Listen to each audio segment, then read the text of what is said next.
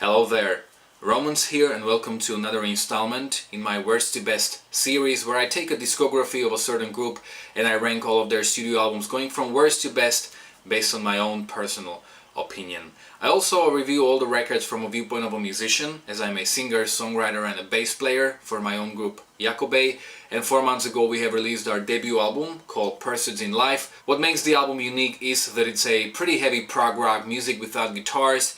Instead you have drums, bass, saxophone and keyboards. You can check out the first single, We're Building Our Own Monument, on my YouTube channel, and in the description of that video you will find all the information about where's the record available. So it's available on all digital platforms like Spotify, Tidal, Deezer, Amazon, iTunes, but it's available also in this Digipack version of a CD with a very beautifully illustrated 20 pages long booklet.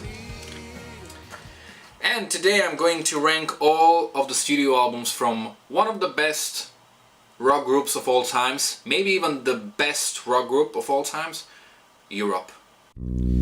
Music review. Music review. One last thing before I start. Europe have released 11 studio albums and I personally think that most of their records are really very good, so there's not really one record that's like really weak or bad. Most of them are really worth checking out. So let's start with the countdown. So let's start with the final countdown. Number 11, Europe's self-titled debut album from 1983. There's quite a history preceding this record. Europe won a national competition among like 2,000 bands where they won a record deal and they recorded their first debut album. I think they were still like teenagers or maybe in their very early 20s, and this album is not as bad as many of the debut albums tend to be, but it also has that same kind of a problem or issue that you can hear the band with a lot of talent but with that search for identity. Europe were still kind of unsure of themselves on this record, but like music performances are pretty solid and even the Joey's voice is just really great. This album is maybe little metal at times. I would definitely advise you to check out their first official video for the song In the Future to Come, which is kind of cheesy and kind of funny with all the wind and all the poses and stuff like that, but you know, it's actually a pretty cool song. So if you like the first two tracks on the album, like In the Future to Come and Farewell, both of which are pretty enjoyable, I think you will like the record. This album also contains the first big hit for Europe, Seven Door Hotel, really great song. This was a song that became a huge hit in Japan and this opened the first doors for Europe. There are also two tracks that in my opinion sound a lot like what would fit on Iron Maiden's first album. Songs like The King Will Return and The Children of This Time. Both of these tracks in terms of sound, style and especially the beginnings of the songs sound just like the stuff you can find on the first album from Iron Maiden. Children of This Time is actually a very cool song. Words of Wisdom is also kind of cool as a song. It's kind of like balladic verses and a heavier chorus. Something similar was done with the songs like Open Your Heart or Time Has Come on the following records. There's also an instrumental, Boyzont, kind of forgettable in my opinion. And the two rock tracks at the end, Paradise Bay and Memories, are both pretty cool. So I think this is generally a pretty okay album, a very solid debut album, and if you are a fan of Europe you should definitely check this album out. Number 10, Last Look at Eden from 2009.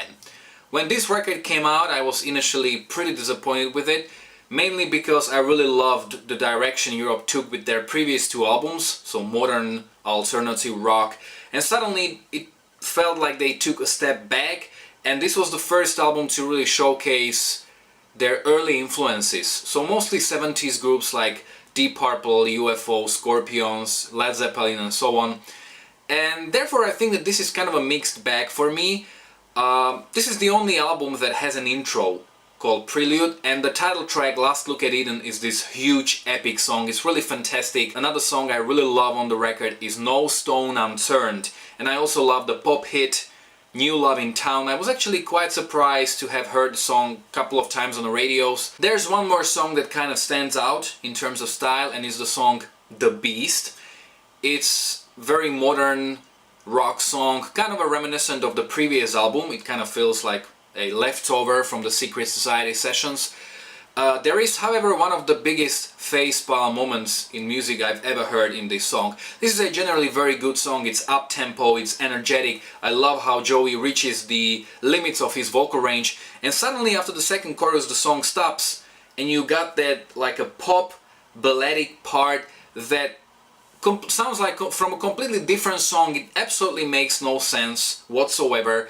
And it's like, you know, what the hell were they thinking with doing this? There are two more tracks on the album where they do something similar on the tracks like Gonna Get Ready or You Devil You, but these songs naturally progress towards that sort of a relaxing part.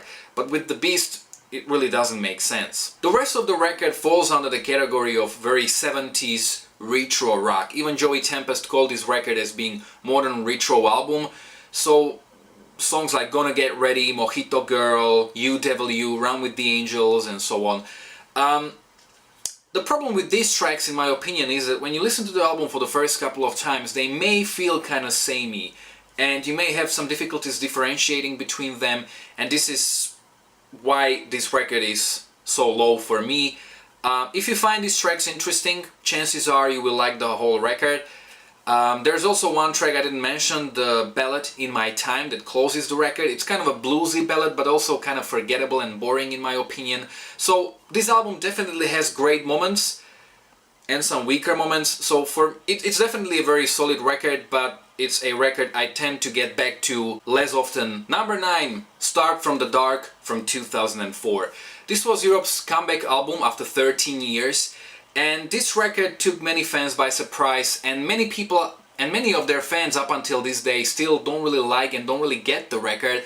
It's because when Europe broke up in 1991, that was 1 year before grunge became the thing.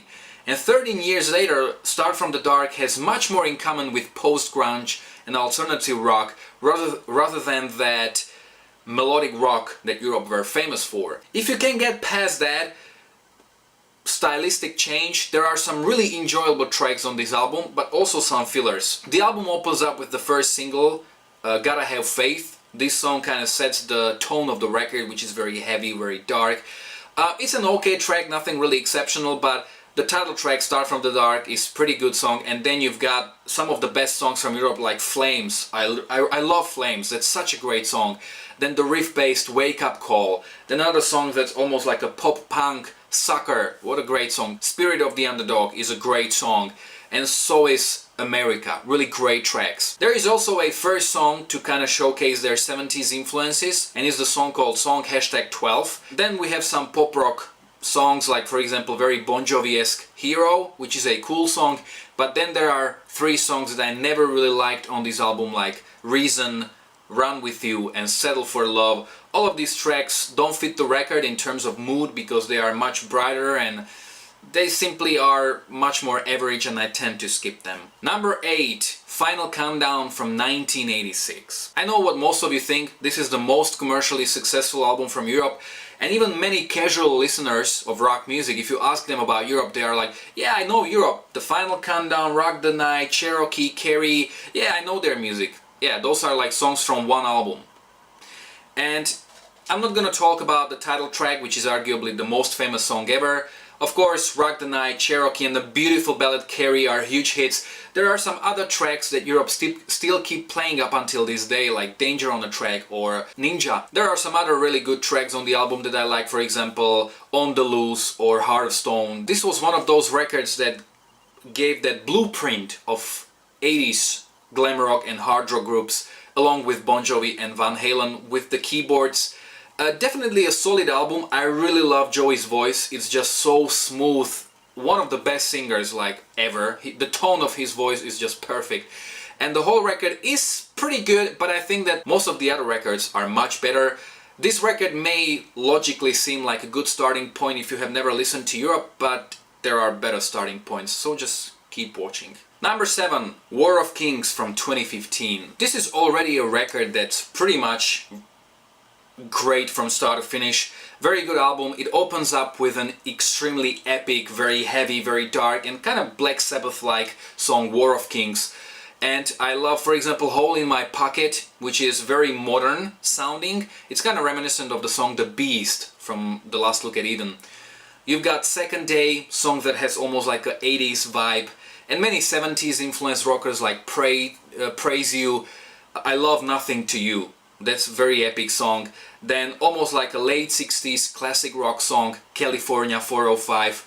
Then I really like the Days of Rock and Roll, a very optimistic song that sounds like something Scorpions would write in the 70s. Then Deep Purple meets Black Sabbath in Children of the Mind, and very Eastern influenced Rainbow Bridge. I really love it when Europe mix their music with Eastern and Oriental influences. This is really a great album. Number 6, Bag of Bones from 2012. It's kind of funny how disappointed I was with Last Look at Eden and how much I loved Bag of Bones when it came out.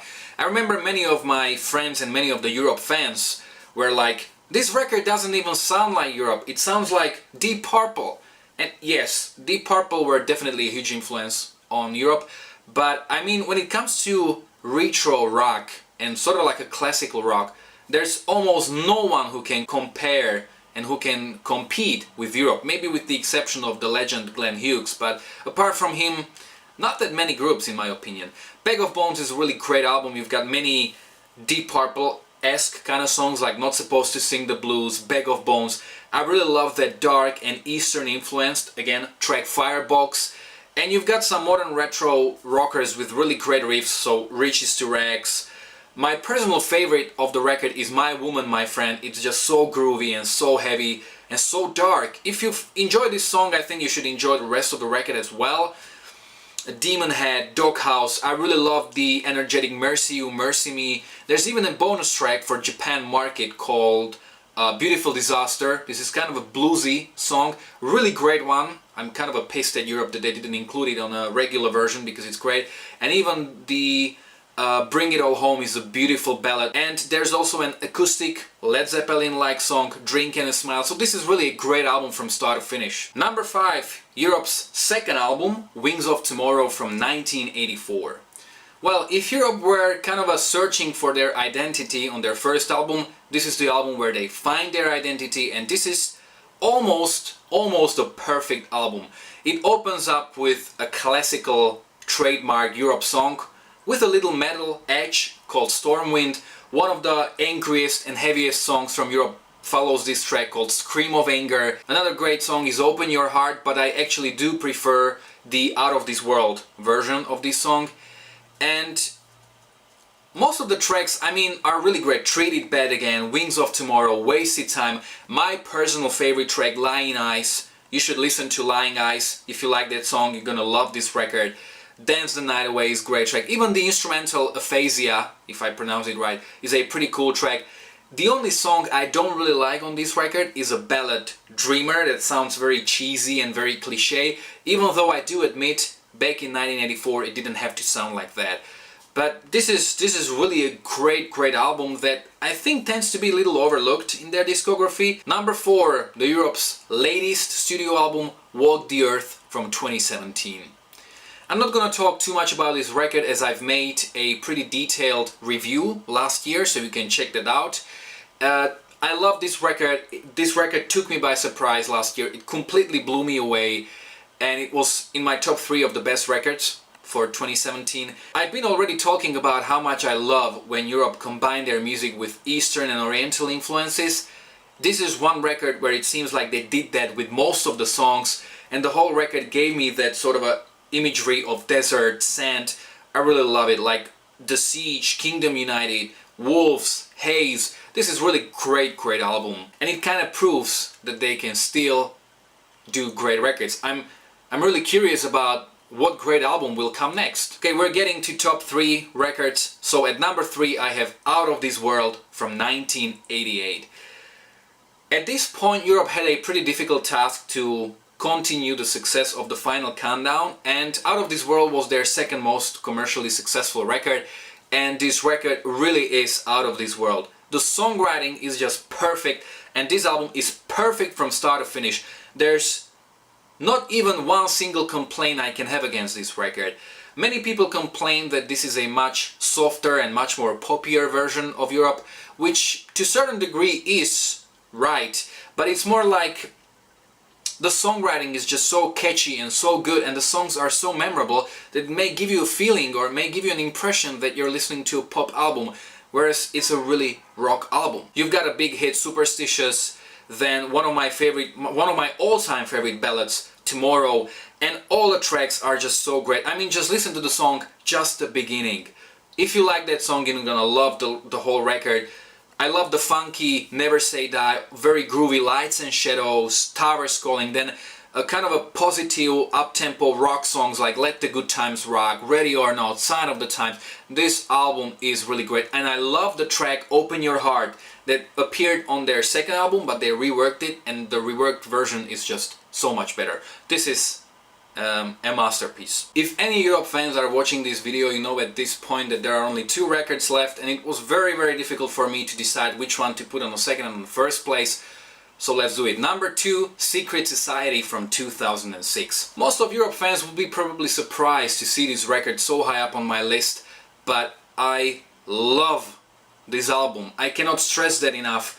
This album is genius. There's no other way to put it. This record goes more into the realm of alternative rock or maybe post-grunge. Even the opener, the title track Secret Society, resembles Audioslave, and some other tracks like that are The Getaway Plan, Brave and Beautiful Soul, and more radio-friendly Devil Sings the Blues. But the genius of this record lies within the riff-based songs. You've got the hit Always the Pretenders, then you've got the very oriental track Let the Children Play. I mean, that oriental part after the second chorus and then the child choir at the end, just unbelievable. Then very epic Human After All, very dark and groovy Love Is Not the Enemy, then very melancholic Wish I Could Believe. I actually practiced all these songs as a singer and they helped me a lot. Then you've got a kind of a U2-ish song, Forever Traveling, and a very dark ballad, Mother's Son. So this album is amazing. It has perfect sound, the production, the solos, the singing. This record is also very influential for me as a songwriter. If you listen to my record, for example, a song Way to Oppose is pretty heavily influenced by this record. So the riff, how they made the riffs, really great album. Many Europe fans couldn't get past the fact that this was a much heavier and much darker version of Europe, and it had very little to no resemblance to their previous stuff. But this record just took everything that was good about Start From the Dark and made it perfect. So give this album a chance, it's great. Number 1, Prisoners in Paradise from 1991. This is one of those records that if somebody asks me, what is rock music? Can you give me like 5 to 10 records for me to understand what is rock music? This record is going to be on the list. This was a pretty different record for Europe for a couple of reasons. First of all, first 4 records were written mostly by Joey Tempest, the singer who wrote like 90% of the music, but this time the other band members got more involved and there were even some external songwriters. This was also an album they recorded in Los Angeles, so it was the first time that Europe really sounded like an American band. Their first 4 albums had that Scandinavian European feel, but this was a really very American sounding album, and you've got many groovy American party rockers like All or Nothing, Little Bit of Loving, Seventh Sign, then Got Your Mind in the Gutter, Bad Blood, then very keyboard driven Till My Heart Beats, Down Your Door. Also some leftovers that were not included on the original version of the album, like A Long Time Coming or one of their best songs, Yesterday News. I'm not sure why they didn't put it on record. Then you've got some melodic rockers that resemble their previous records of Halfway to Heaven or Talk to Me. Even some more poppier tracks. I really love the acoustic I'll Cry For You. That's such a beautiful and such a great song. I love the title track, Prisoners in Paradise. I remember that was one of the first songs I've heard from Europe, and I was like, I could imagine the band on the stage, piano players smiling at a singer, the overall positive vibes and good energy. And you know, this song is just really huge. There's one part at the end of the chorus that kind of resembles Let It Be from the Beatles, but a great track. Then you've got the ballad Homeland, very dark and heavy and a little bit oriental, Girl from Lebanon. So what more to say? If you have never listened to this record, then do yourself a favor and change that. Did you like my list? You can let me know in the comment section below. You can also write down your own personal worst to best list of Europe's records. I guess every fan will have a different list, so I kind of curious to hear yours. You can follow me on Facebook or on Instagram. You can find the links to both in the description of this video below. If you like the video, don't forget to like, to share, and to subscribe, to check out my own original music, my Europe Walk the Earth review with some history, or my other worst to best videos. Thanks a lot for watching.